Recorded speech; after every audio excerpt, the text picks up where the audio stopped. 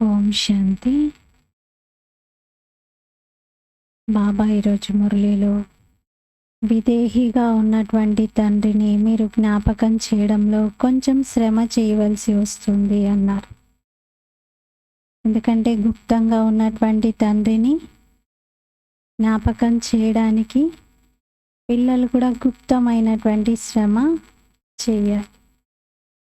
బాబా ఈరోజు ఆత్మాభిమాని స్థితిలో కూర్చోండి అని చెప్పారు. మరి అదే స్మృతిలో అదే స్థితిలో ఉంటూ మురళిని విందాము. 26 ఫిబ్రవరి మురళి ఇది. मीठे बच्चे, टीचर विदेही है इसलिए याद की मेहनत करनी है. మధురమైన పిల్లలు, టీచర్ విదేహిగా ఉన్నారు కాబట్టి స్మృతిలో శ్రమ చేయాల్సి వస్తుంది. స్మృతి చేస్తూ చేస్తూ ఎప్పుడైతే పరీక్షలు పూర్తవుతాయో అప్పుడు మీరు ఇంటికి వెళ్తారు. మధురమైన పిల్లలు, టీచర్ విదేహిగా ఉన్నారు కాబట్టి స్మృతిలో శ్రమ చేయవలసి ఉంటుంది. స్మృతి చేస్తూ చేస్తూ ఎప్పుడైతే మీ పరీక్షలు పూర్తవుతాయో అప్పుడు మీరు ఇంటికి వెళ్తారు.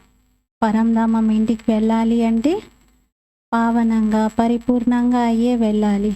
మరి పావనంగా తయారయ్యేది బాబా స్మృతితో.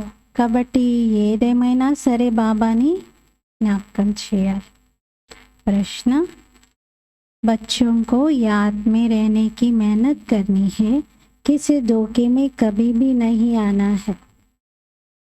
పిల్లలు స్మృతిలో ఉండేటువంటి శ్రమ చేయాలి, ఏ మోసంలోకి ఎప్పుడూ రాకూడదు. మనమందరం బాబా స్మృతిలో ఉండేటువంటి శ్రమ చేయాలి.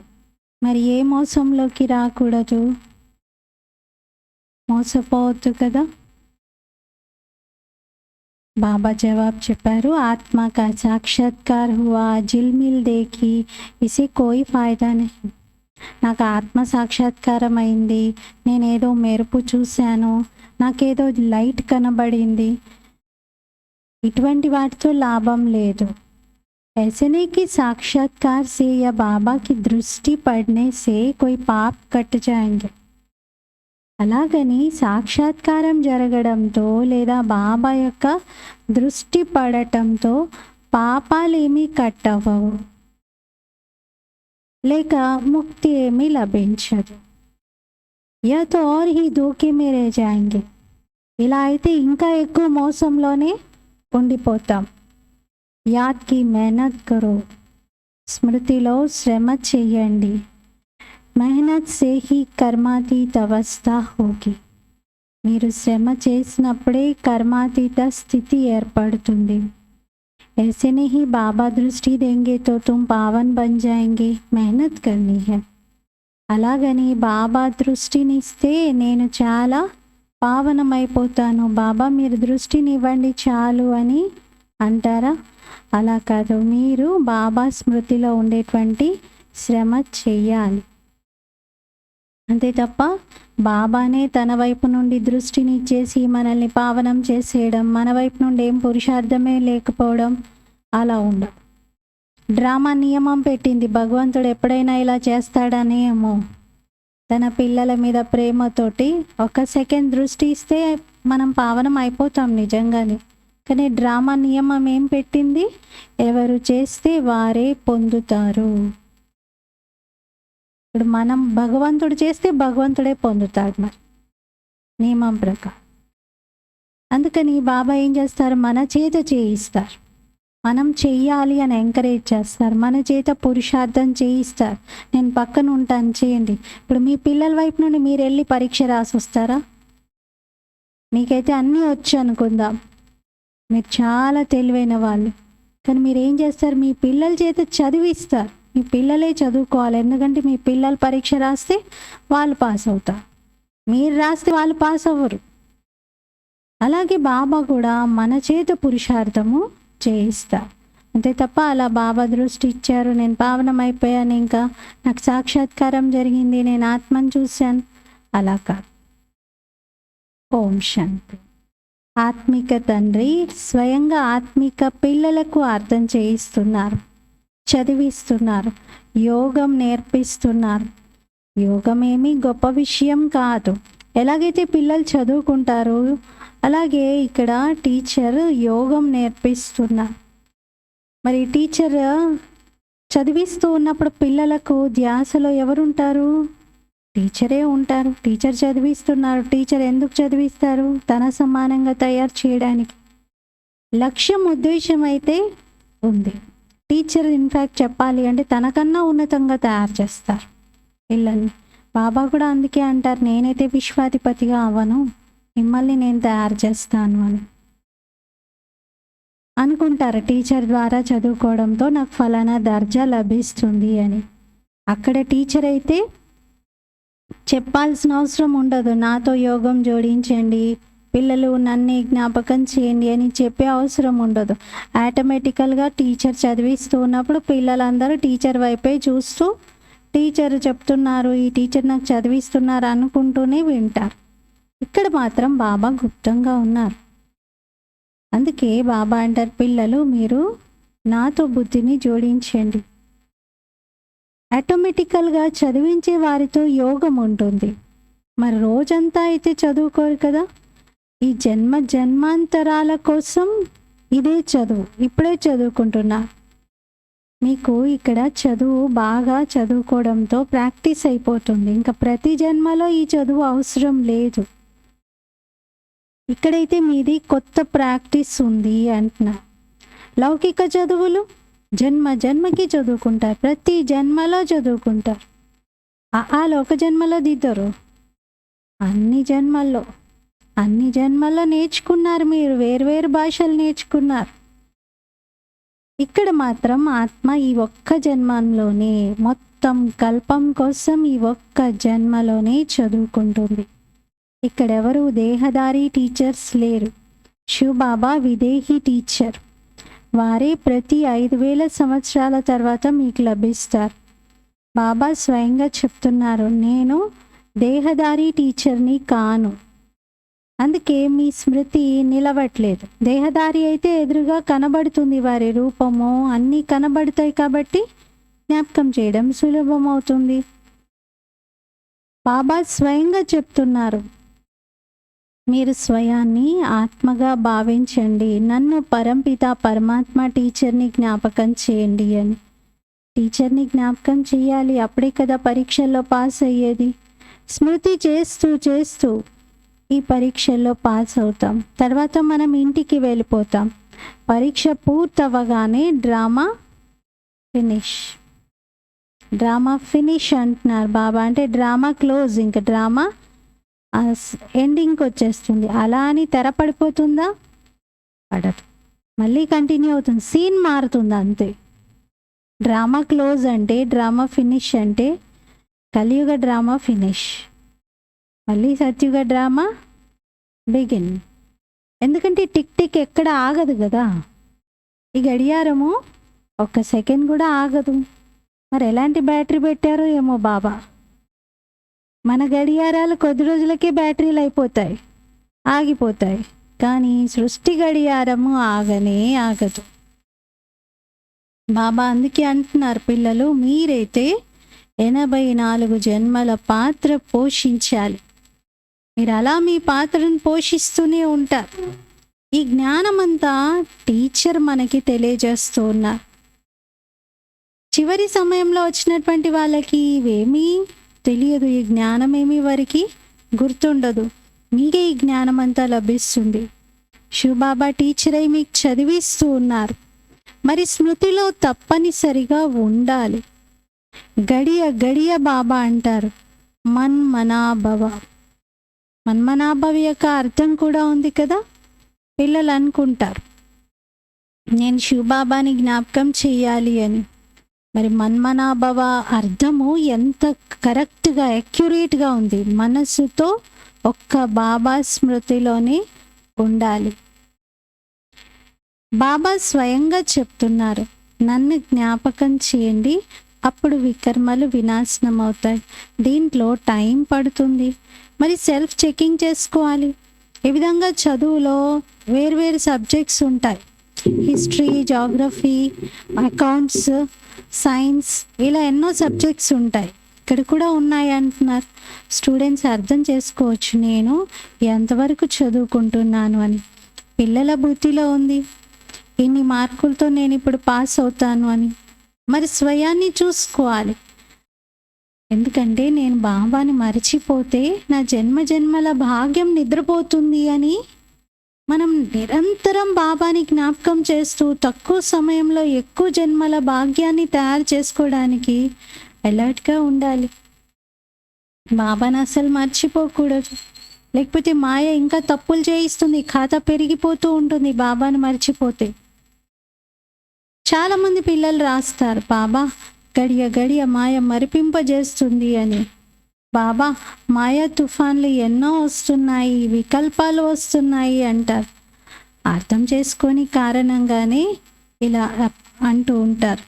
బాబా దీంట్లో పాపం అయితే లేదు కదా, బాబా ఇలా చేయనా, దీంట్లో పాపం ఉందా అని పిల్లలు అడుగుతారు. ఇలా సంకల్ప వికల్పాలు ఎన్నో వస్తూ ఉంటాయి. చూడగానే ఆలోచన కలుగుతుంది ఇలా చెయ్యాలి అని. మళ్ళీ లోపల మనసు తింటుంది, పాపమా మరి నేను ఇలా చేస్తే దీన్ని పాపం అంటారా, పుణ్యమేనా, పర్వాలేదా? బాబా చెప్తారు, లేదు, పాపం ఎప్పుడు జరుగుతుంది అంటే అందరూ బాగా గుర్తుపెట్టుకోండి. పాపం అని ఎప్పుడు అంటారంటే కర్మేంద్రియాలతో వికర్మలు చేసినప్పుడు. ఇంద్రియాలతో వికర్మ, చెడు కర్మ చేసినప్పుడు దాన్ని పాపం అంటారు. బాబా పదే పదే అర్థం చేయిస్తూ ఉంటారు. పిల్లలు జ్ఞానం ఉంది కదా మీకు. విష్ణువు, శ్రీకృష్ణుడు వీరిని స్వదర్శన చక్రధారిగా చూపించారు. ఎందుకు చూపించారనే నాలెడ్జ్ మీకు ఉంది కదా. అక్కడైతే ఆకాసురుడు బకాసురుడిని చంపాడు అని చూపిస్తారు. ఇప్పుడు చంపే విషయం ఏమీ లేదు, హింస విషయం కాదు. ఇదైతే పాపాలను కట్ చేసుకునే విషయం. శివబాబా అంటారు, పిల్లలు స్వదర్శన చక్రధారిగా కండి. మొత్తం చక్రం యొక్క జ్ఞానం అంతా దాంట్లోనే ఉంది. ఏముంది చక్రం యొక్క జ్ఞానం అంతా? చక్రం ఏం చెప్తుంది? ఆదిసు అంతు. మీరే ఆదిలో వచ్చినటువంటి ఆత్మలు, అంతిమంలో మళ్ళీ మీరే హీరో పాత్ర వహిస్తారు. మీరే పావనంగా ఉన్న ఆత్మలు మళ్ళీ మీరే పావనంగా అవుతారు. ఆత్మ పరంధామం నుండి వచ్చింది ఆదిలో, మళ్ళీ అంతిమంలో ఎక్కడికి వెళ్తుంది? పరంధామానికి వెళ్తుంది. చక్రంలో మొత్తం జ్ఞానం వచ్చేసింది అంటున్నారు. స్వయాన్ని ఆత్మగా భావించాలి. తండ్రి మొత్తం జ్ఞానం నింపారు కదా ఆత్మలో. సృష్టి చక్రం ఎలా తిరుగుతుందో బాబా తెలియజేశారు కదా. మరి స్వదర్శన చక్రాన్ని ధారణ చేసి తన పాపాలని భస్మం చేసుకోవాలి. జ్ఞానాన్ని ధారణ చేసి బాబాని జ్ఞాపకం చేయాలి. బాబాని జ్ఞాపకం చేయడంతో వికర్మలు వినాశనం అవుతాయి. ప్రతి ఒక్కరూ తన కోసము శ్రమ చెయ్యాలి.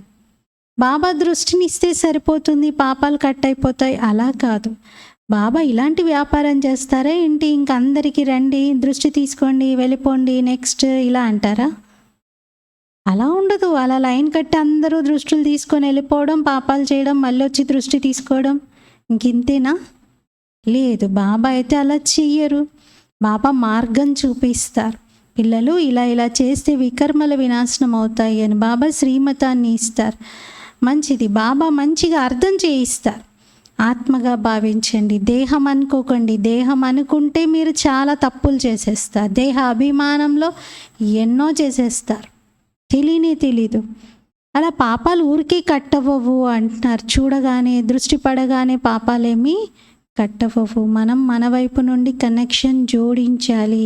ఇప్పుడు ట్రాన్స్మిటర్ వచ్చేసి రిసీవర్ మీద పడుతుంది అనుకోండి, సరిపోతుందా?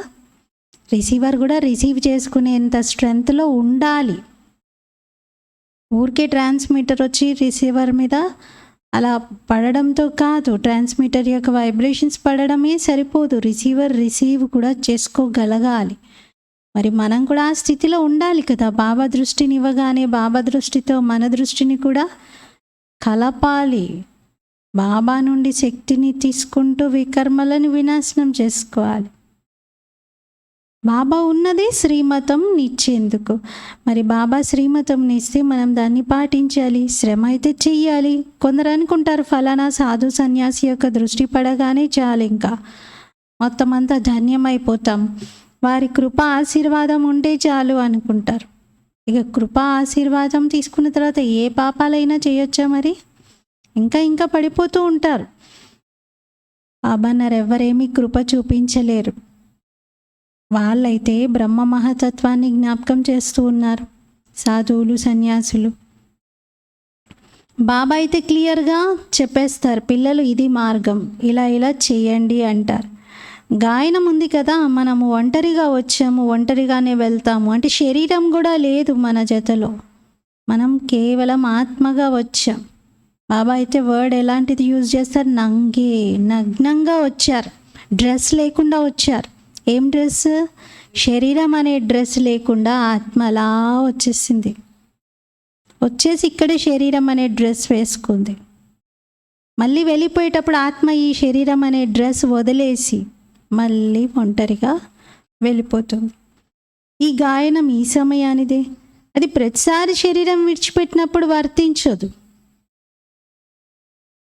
ఆత్మ ఒకసారి శరీరం విడిచిపెట్టి వెళ్ళి వెంటనే మళ్ళీ ఇంకొక శరీరంలో ప్రవేశిస్తుంది. కానీ పరంధామం వెళ్ళేటప్పుడు ఫైనల్గా ఇంకా శరీరం నుండి ముక్తి. నార్మల్గా శరీరం విడిచిపెట్టాక ఇంకో శరీరంలో ప్రవేశించే ముందు వరకు సూక్ష్మ శరీరంతో అయినా ఉంటుంది, సూక్ష్మ శరీరంతో అయినా తిరుగుతుంది. కానీ పైకి వెళ్ళేటప్పుడు మాత్రం కంప్లీట్గా అన్నీ వదిలేసి వెళ్ళిపోతుంది ఆత్మ. బాబా యొక్క వర్షన్స్ భక్తిలో బాగా ఉపయోగపడతాయి. ఇప్పుడు బాబా అంటారు నన్ను జ్ఞాపకం చేయండి, వికర్మలు వినాశనం అవుతాయి. బాబా అయితే శ్రీమతంని ఇస్తున్నారు. ఇది డ్రామా పాత్ర అంతిమానికి వచ్చింది, దీన్ని బాబా సహాయమనండి. డ్రామా అనుసారంగా బాబా శ్రీమతం ఇస్తూ ఉన్నారు, అది సహాయం అని కూడా అనొచ్చు. శ్రీమతము బాబా చేసే సహాయం. బాబా సలహా ఇస్తారు, స్వయాన్ని ఆత్మగా భావించండి. ऐसी मदद दे कर्मातीत अवस्था में ले जाएंगे. ఇంకా ఎక్కువ ఎక్స్పెక్ట్ చేస్తున్నారా? బాబా నువ్వు సహాయం చేసి నన్ను కర్మాతీత స్థితికి తీసుకెళ్ళు, నన్ను గమ్యంలో తీసుకెళ్ళి కూర్చోపెట్టు ఫైనల్గా, అలా అంటారా? లేదు, టైం పడుతుంది. మీరే నడవండి, నడుస్తారో జంప్ చేస్తారో ఎగురుతారో మీరే చేరుకోవాలి. కావాలంటే నేను పక్కన ఉంటాను, నేను వెనక నుండి శక్తిని ఇస్తుంటాను, కానీ నడవాల్సింది ఎవరు? మీరే. చాలా శ్రమ చేయాలి. తల్లిదండ్రి కూడా బయట వెయిట్ చేస్తూ ఉంటారు, పిల్లలు పరీక్ష రాసి వచ్చే వరకు బయట నుండి ప్రార్థన చేస్తూ ఉంటారు, నా పిల్లలు మంచిగా రాయాలి మంచిగా రాయాలని. అంతేగాని వాళ్ళు వెళ్ళి రాసేస్తారా? రాయలేరు కదా. మీరు కూడా స్వయాన్ని ఆత్మగా భావించి అభ్యాసం బాగా చెయ్యాలి. వాస్తవంగా మాతలకు టైం చాలా దొరుకుతుంది. పురుషులైతే వ్యాపార చింతలోనే ఉంటారు, వ్యవహారం చూసుకోవడంలో సమయం గడిచిపోతుంది వాళ్ళకి. కానీ మాతలకి చాలా ఫ్రీ ఉంది అంటున్నారు. మీరు ఇప్పుడు నన్ను జ్ఞాపకం చేసేందుకు లాటరీ తీసుకోవాలి, మొత్తం తుప్పంతా కూడా వదిలించుకోవాలి. లోపల ఫీలింగ్ అనిపిస్తుంది కదా, ఫలానా వాళ్ళు మంచి పురుషార్థులు, చాటు పెట్టుకుంటారు, చాలా బాగా బాబాని జ్ఞాపకం చేస్తారని. భక్తిలో కూడా 2-3 గంటలు అలా కూర్చొని జ్ఞాపకం చేస్తూ ఉంటారు కొందరు. వానప్రస్థీలు, గురువులు మొదలైన వారి దగ్గరికి వెళ్తారు, కానీ వాళ్ళేమీ అంత జ్ఞాపకం చేయలేరు అంటున్నారు. మరి దేవతలని ఎంతైతే జ్ఞాపకం చేస్తారో అంతగా వానప్రస్థీలు ఎవరైతే గురువుల దగ్గరికి వెళ్తారో వారు వాళ్ళని అంత జ్ఞాపకం చేయలేరు. దేవతల్ని జ్ఞాపకం చేసినంతగా కూడా గురువులను జ్ఞాపకం చేయలేరు. వాస్తవంగా దేవతలని జ్ఞాపకం చేసేది ఉండదు. దేవతలు ఏమీ నేర్పించరు, భగవంతుణ్ణి జ్ఞాపకం చేయాల్సి ఉంటుంది. అప్పుడు మనం మానవుల నుండి దేవతగా తయారవుతాం. దేవతల్ని జ్ఞాపకం చేయడం కాదు, దేవతల నుండి స్ఫూర్తిని తీసుకోవాలి, ప్రేరణ తీసుకోవాలి. నేను వాళ్ళలాగా తయారవ్వాలి. నాలాగే వాళ్ళకి 2 కళ్ళు, 2 చేతులు, 2 కాళ్ళు ఉన్నాయి. వాళ్ళు కూడా నాలాంటి పరిస్థితుల్లోనే ఈ ప్రపంచంలోనే జీవించి వెళ్ళారు.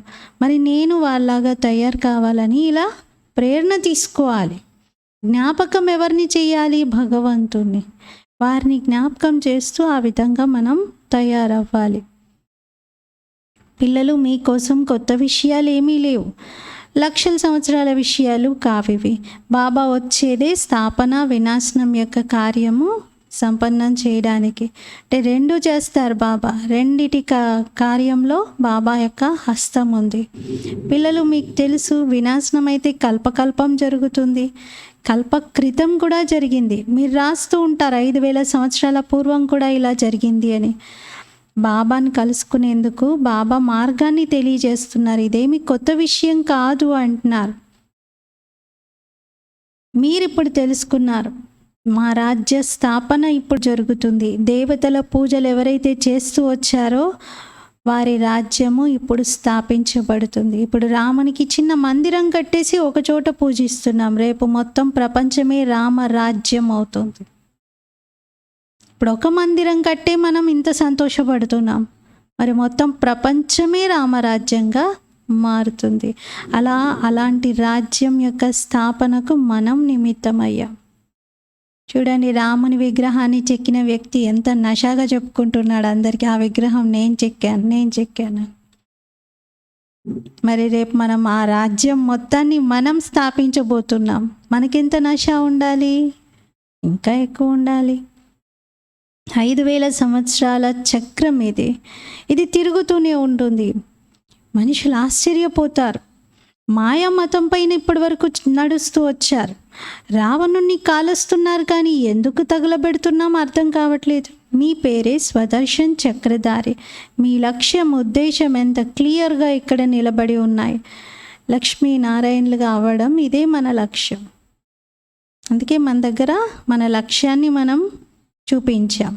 స్టార్టింగ్ ఎవరైతే జ్ఞానంలో ఉన్నారో మరి వాళ్ళకి అర్థమవుతుంది. నేను రోజు ఆ లక్ష్మీనారాయణలను చూడగానే, అది చూస్తూ లోపలికి ఎంటర్ అవుతారు కదా, మరి చూడగానే ఏం గుర్తు రావాలి? ఇది నా లక్ష్యం, నేను ఎంతవరకు ఇలా తయారవుతున్నాను. రోజు చూసుకోవాలి, నేను ఇలా ఉన్నానా, వారి కళ్ళు ఎలా ఉన్నాయి, వారి యొక్క చిరునవ్వు ఎలా ఉంది, వారు ఎంత పవిత్రంగా ఉన్నారు, నేను అలా తయారవ్వాలి. బాబా నన్ను ఇలా చదివించడానికి, ఇలా తయారు చేయడానికి ఇక్కడ చదివిస్తున్నారు. కాలేజీల్లో కూడా లక్ష్యం ఎదురుగా పెడితే పిల్లలకి నష ఎక్కుతుంది. రేపు నేను ఇలా అవ్వాలి అని, ఈ సీట్లో ఉండాలి, నేను ఇలా తయారవ్వాలి, దీనికోసమే నేను చదవాలి, బాగా చదవాలి అని.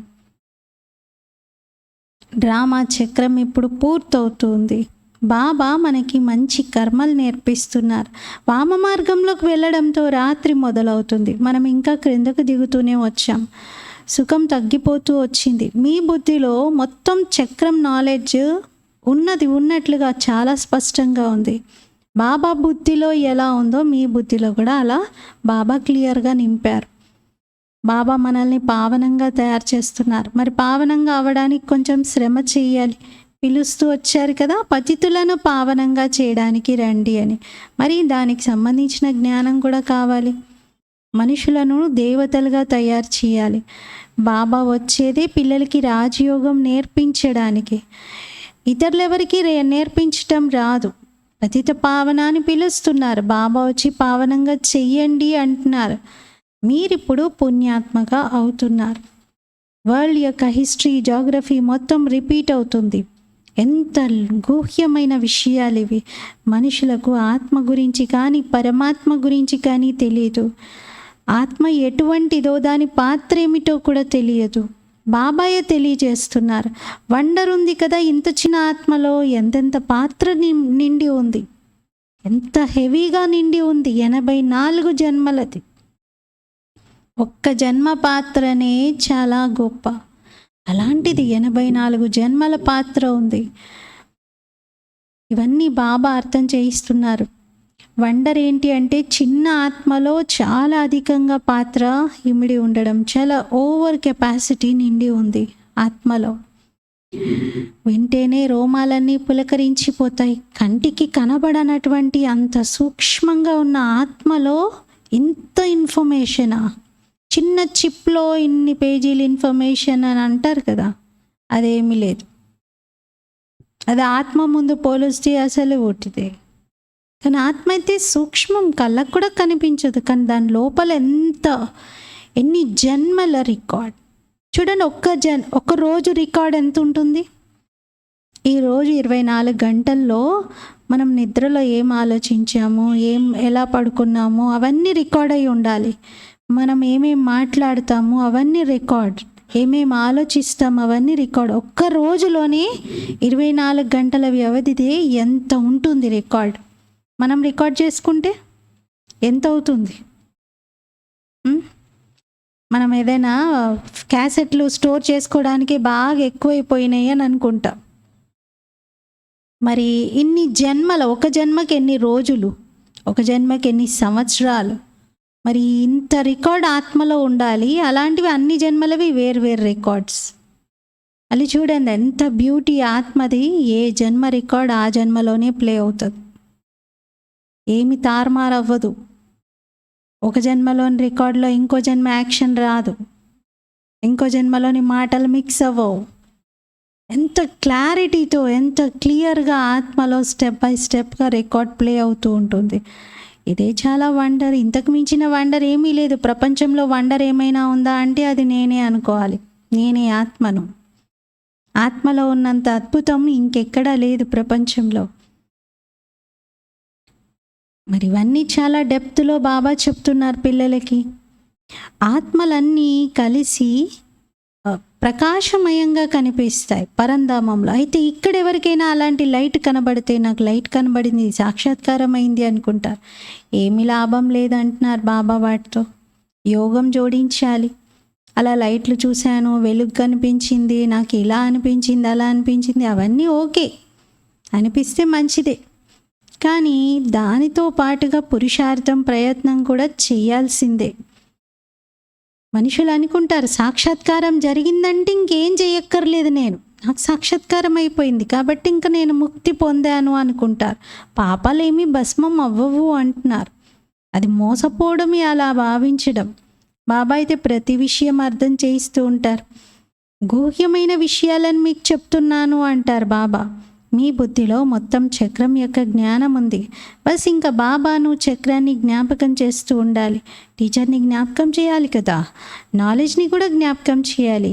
జ్ఞాపకం చేస్తూ చేస్తూ డ్రామా అనుసారంగా కర్మాతీత స్థితిని పొందుతారు. ఎలా ఒంటరిగా డ్రెస్ లేకుండా వచ్చారో అలాగే వెళ్ళాలి. దైవీ సంస్కారాలని తీసుకెళ్ళాలి. ఎందుకు దైవీ సంస్కారాలు ఎందుకు తీసుకెళ్ళాలి? ఎందుకంటే పైనుండి వచ్చేటప్పుడు తీసుకొచ్చుకున్నాం. ఏవి పైనుండి తెచ్చుకున్నామో అవన్నీ నింపుకొనే తీసుకెళ్ళాలి. రూల్ ఇది. ఎలా వచ్చామో అలాంటి స్థితిలో వెళ్ళాలి, లేకపోతే నో ఎంట్రీ. అక్కడైతే ఈ జ్ఞానం ఉండదు. దీన్ని సహజమైన స్మృతి అంటారు. యోగం అనే అక్షరంతో ఎంతో కన్ఫ్యూజ్ అవుతూ ఉంటారు. నాకు యోగం రాదండి, యోగం ఎలా అంటారు. స్మృతి, జ్ఞాపకం వస్తుందా? మరి జ్ఞాపకం అందరికీ వచ్చు కదా, జ్ఞాపకం అనండి అంటున్నారు. బాబాని జ్ఞాపకం చేయడం, అదే యోగం. అక్కడేమో హఠయోగాలు నేర్చుకుంటారు, ఇది సహజ రాజయోగం. ఇంతకుముందు మీరు వినే ఉంటారు, గీతా భగవంతుడే సహజ యోగాన్ని నేర్పించారు అని. కానీ దాని గురించి తెలియదు. 100% మిస్అండర్స్టాండ్ చేసుకున్నారు. మనుషులు పతితంగా అయిపోయారు. అనేక మతాలు ఉన్నాయి, గృహస్థ వ్యవహారంలో ఉంటారు. వారి కోసం గీతాశాస్త్రం ఇవన్నీ చదువుకోవడం ఇవన్నీ ఉన్నాయి. మీరైతే ప్రవృత్తి మార్గంలో ఉన్నారు. పవిత్రమైన ప్రవృత్తి మార్గంలో ఉన్నవారు ధారణ చెయ్యాలి, ఊరికే చదవడం కాదు. ఇక్కడ అందరూ అపవిత్రంగా అయిపోయారు. బాబా అయితే ఎవరు ప్యూర్, పవిత్రంగా తయారు చేస్తున్నారు. వారు వచ్చి శ్రీమతంని ఇస్తున్నారు. బాబా అంటారు, ఈ సమయంలో అందరూ తమో ప్రధానంగా అయిపోయారు. ఒకప్పుడు సతో ప్రధానంగా ఉండేవారు. మనం కూడా అంతే. అందరూ అంటే అందులో మనం కూడా ఇంక్లూడెడ్. ఎవరు వచ్చినా కూడా పోప్, ఫాదర్స్ మొదలైన వారు స్టార్టింగ్ జన్మలో ఫస్ట్ వచ్చినప్పుడు సతోప్రధానంగా ఉంటారు. తర్వాత ఎడిషన్ జరుగుతూ ఉంటే వృక్షం తమో ప్రధానంగా అవుతూ ఉంటుంది. ఇప్పుడైతే అందరూ శిథిల స్థితికి చేరుకున్నారు. మీకు అర్థమవుతుంది, మేము సతోప్రధానంగా ఉండేవారిమి. నంబర్ వారీగా తమో ప్రధానంగా అవుతూ వచ్చాం. మళ్ళీ సతోప్రధానంగా అవ్వాలి. నంబర్ వారీగానే అవుతూ ఉంటారు డ్రామా అనుసారంగా. డీటెయిల్ అయితే చాలా ఉంది. ఎలా అయితే బీజం ఉందో అప్పుడు బీజం నుండి తెలుస్తుంది, వృక్షం వస్తుంది. బీజం నుండి మనుష్య సృష్టి రూపీ వృక్షం యొక్క రహస్యం కూడా బాబా చెప్పారు. బీజం ఎవరిక్కడ? బాబాయే.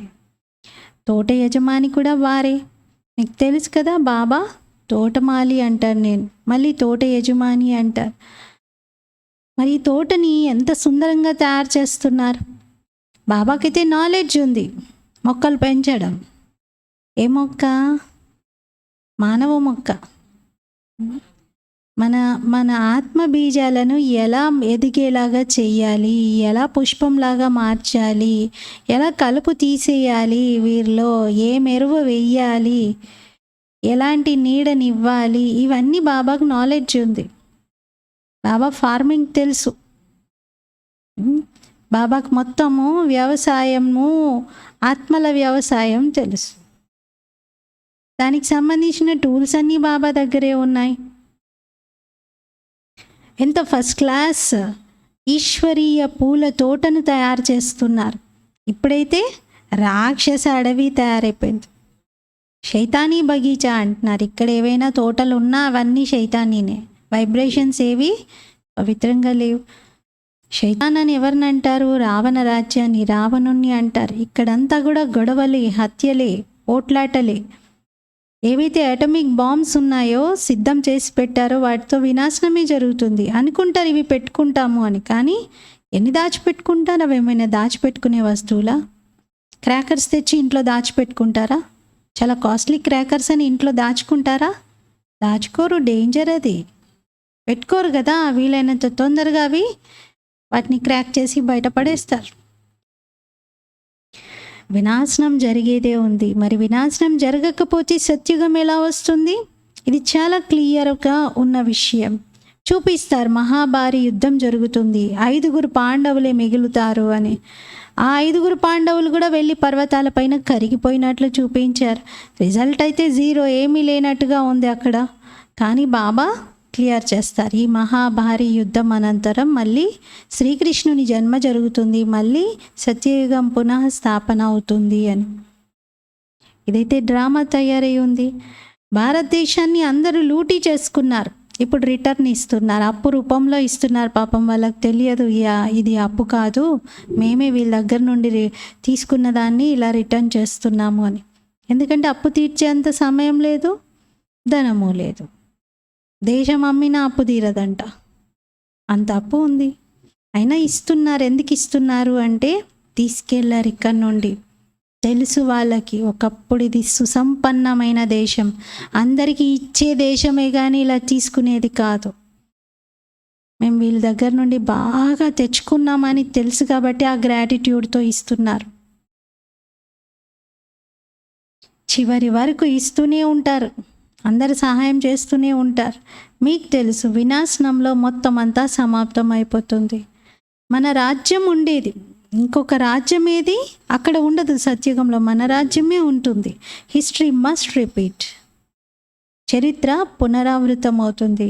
భారతదేశం తిరిగి హెవెన్గా అవుతుంది. లక్ష్మీనారాయణల రాజ్యం ఉంటుంది. ఇంకే ఖండానికి ఇటువంటి పేరు గుర్తులు ఉండవు. అంటే ఇంకే ఖండం కూడా మిగలదు. ఇప్పుడు వేరే వేరే ఖండాలను మనం 5 ఖండాలు అంటూ వర్ణిస్తున్నాం కదా, అలా ఉండవు. ఒకటే ఖండం, భరతఖండం అంటారు. ఆసియా ఖండంలో భారతదేశం ఇప్పుడైతే, కానీ రేపేమవుతుంది? అది భరతఖండం, భారతఖండం అంతే. భారతదేశమే మిగులుతుంది, దేశమే ఖండంగా మారిపోతుంది. కల్పకల్పం బాబా వచ్చి మనల్ని యజమానిగా చేస్తారు. ఇప్పుడు ఇది కలియుగ అంతిమం. లక్ష్మీనారాయణల రాజ్యం మళ్ళీ వస్తుంది. వీరే విశ్వానికి యజమానిగా రాజధానిలో ఉండేటువంటి వారు. చాలా తెలివైన వారు. ఎవరు? లక్ష్మీనారాయణులు. ఎంత తెలివి గలవారంటే వారి రాజ్యంలో వాళ్ళకి సలహాదారే అవసరం లేదు, వాళ్ళకెవరు మంత్ర మండలి అవసరం లేదు. ఇక్కడైతే ఒక వ్యక్తిని ఒక పార్టీ గెలవగానే ముందు మంత్ర మండలి తయారు చేస్తారు. ఎవరికి ఏది ఇద్దాము అని చెప్పి పెద్దగా దానిలో మంతనాలు జరుగుతాయి. అది ఒక పెద్ద టాస్క్. కానీ సత్యుగంలో అలా లేదు.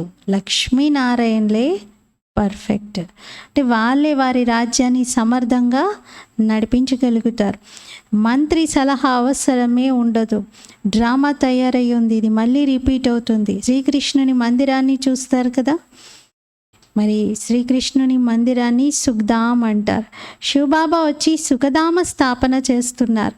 వారు స్వయంగా చెప్తున్నారు, క్రీస్తు పూర్వం 3000 సంవత్సరాల క్రితం భారతదేశం స్వర్గంగా ఉండేది అని. మొట్టమొదట ఒకటే ధర్మం ఉండేది, తర్వాత మిగతా వచ్చాయి. పిల్లలకైతే ఆశ్చర్యం కలగాలి.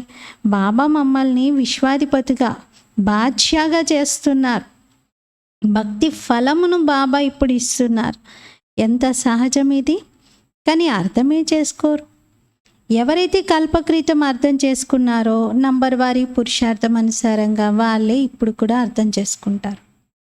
దీంట్లో మనం టూ మచ్గా ఏంటి, ఎందుకు అర్థం చేసుకోవట్లేదు అని అనుకోవద్దు. కల్పక్రితం అర్థం చేసుకున్న వాళ్ళే చేసుకుంటారు. अच्छा, मीठे मीठे सिकीलती बच्चों प्रति मात पिता बाप दादा का याद प्यार और गुड मॉर्निंग. रूहानी बाप की रूहानी बच्चों को नमस्ते. हम रूहानी बच्चों की रूहानी बाप दादा को याद प्यार गुड मॉर्निंग और नमस्ते. मेरा बाबा मीठा बाबा प्यारा बाबा शुक्रिया बाबा.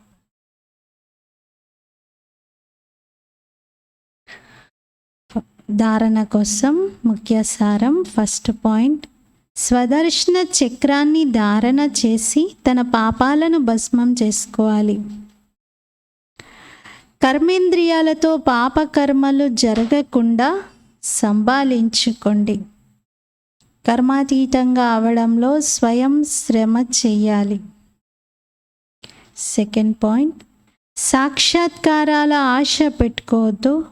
సాక్షాత్కారం జరిగితే ముక్తి లభించదు, పాపాలు కట్ అవ్వవు, సాక్షాత్కారంతో లాభం లేదు. తుప్పు వదిలించేవాడు బాబా మరియు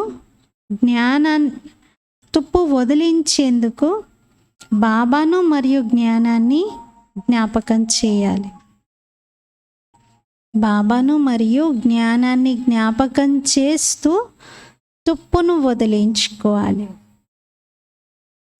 वरदानमु, चेहरे द्वारा सर्वश्रेष्ठ प्राप्तियों का अनुभव कराने वाले सर्व प्राप्ति संपन्न भव. ముఖము ద్వారా సర్వశ్రేష్ఠ ప్రాప్తులను అనుభవం చేయించేటువంటి సర్వప్రాప్తి సంపన్న భవ. ముఖము ద్వారా సర్వశ్రేష్ఠ ప్రాప్తుల అనుభవం చేయించేటువంటి సర్వప్రాప్తి సంపన్న భవ. వివరణ: సంగమయుగంలో మీరు బ్రాహ్మణాత్మలు, మీకు వరదానం ఉంది, సర్వప్రాప్తి సంపన్న భవ అని. ఇటువంటి వరదాని ఆత్మ ఏ శ్రమ చేసే అవసరం ఉండదు. వారి ముఖమే మెరుస్తూ చెప్తూ ఉంటుంది, ఎంత భాగ్యశాలి వీరు అని. వీరు ఏదో పొందారు, వీరు ప్రాప్తి స్వరూప ఆత్మలు అని వారి ముఖంలోని మెరుపే చెప్తుంది. కొందరు పిల్లల యొక్క ముఖం చూసి వాళ్ళు ఏమంటారంటే, వీరిది చాలా ఉన్నతమైనటువంటి గమ్యము, వీరు చాలా త్యాగం చేస్తున్నారు, వీళ్ళ త్యాగం చాలా గొప్పది అని అంటారు. త్యాగం కనబడుతుంది అక్కడ, అంటే మనం చేసే త్యాగాన్ని కొనియాడుతున్నారు. వీళ్ళ త్యాగం చాలా గొప్పది, త్యాగం చాలా గొప్పది అని. మంచిదేనా అది రిజల్ట్? బాబా ఏమంటారు, మీ త్యాగం కనబడుతుంది కానీ మీ భాగ్యం కనబడట్లేదా? మీ భాగ్యం కనబడాలి. ఎప్పుడైతే సర్వప్రాప్తుల నశాలో మీరు ఉంటారో అప్పుడు మీ భాగ్యం కనిపిస్తుంది. అప్పుడు అందరూ సహజంగా ఆకర్షితులవుతారు. ఆకర్షితులై మీ దగ్గరికి వస్తారు. త్యాగం చూస్తే భయపడతారు, పారిపోతారు. అమ్మో, నేను ఆ త్యాగాలు చేయలేను, నేను ఇంత త్యాగం నా వల్ల కాదంటారు. అందుకే మీ త్యాగం కనబడొద్దు, మీ భాగ్యం కనబడాలి. నేను ఆ భాగ్యం పొందుతానని, ఆ భాగ్యం కోసం అందరు రావాలి. మరి భాగ్యం కనబడాలంటే ఎలా ఉండాలి? మన భాగ్యం యొక్క స్మరణలో, నశలో, సంతోషంలో మనం ఉండాలి. అది ఉంటేనే వేరే వాళ్ళు చూసి కొంచెం నేను కూడా వీళ్ళలాగా తయారవ్వాలనుకుంటారు. స్లోగన్: ఎక్కడ ఉమంగ, ఉత్సాహం మరియు ఏకమతం యొక్క సంఘటన ఉంటుందో, ఎక్కడైతే ఉమంగ, ఉత్సాహాలు మరియు ఏకమతం యొక్క సంఘటన ఉంటుందో అక్కడ సఫలత ఇమిడి ఉంటుంది. ఉమంగ, ఉత్సాహాలు, ఐక్యత ఇవన్నీ సంఘటితంగా ఉంటే అక్కడ సక్సెస్. ఈరోజు స్వమానము: నేను సర్వప్రాప్తి సంపన్న ఆత్మను. నేను సర్వప్రాప్తి సంపన్న ఆత్మను. రోజంతలో మనం చాలా భాగ్యం యొక్క నశలో ఉంటూ బాబా నుండి నాకేమేం లభిస్తున్నాయని వాటి చింతనలో, వాటి నశలో ఉండాలి. ప్రతి వ్యవహారంలో, ప్రతి కర్మలో కూడా అది కనిపించాలి. అప్పుడు ఎదుటి వారికి కూడా మన నుండి ఆ వైబ్రేషన్స్ అందుతాయి. ఓం శాంతి.